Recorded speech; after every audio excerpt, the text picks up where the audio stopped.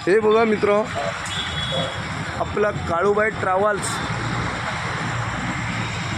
आणि या काळूबाई ट्रॅव्हल्सच्या लाईट बिलच्या संदर्भामध्ये व्हिडिओ टाकून राहिलो.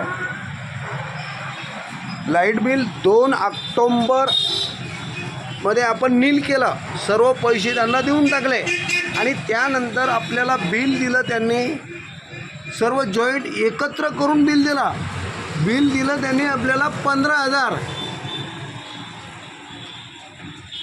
व्याजासकट 15,000 रुपये भरणे. आज 21/11/2024 लाईनमन आले ते आपल्या ऑफिसवर, पण राहिले ते पैसे द्या. मी त्यांना प्रश्न विचारला, व वेगळं बिल का नाही आलं? 2 ऑक्टोबर नंतर आपण बिल भरलं तर त्याच्यानंतर वेगळं बिल यायला पाहिजे होतं.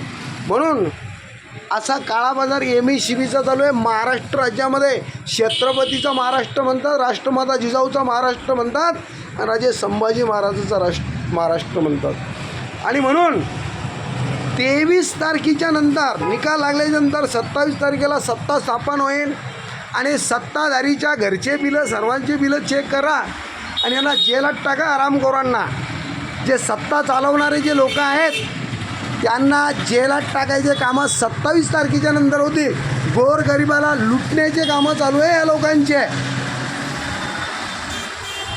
गोरगरिबाला लुटण्याचे कामं. यांनी मला अलग बिल दिलं नाही, 2 महिन्यापासून एकत्रित करून व्याजासकट बिल दिलं यांनी मला.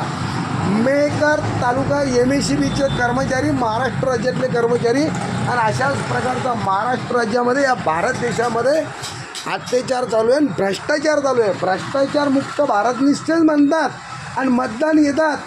छत्रपती शिवरायाच्या विचारावर नावानं निस्ते पक्ष काढतात आणि हरामखोर निस्ते लुटायला बसतात.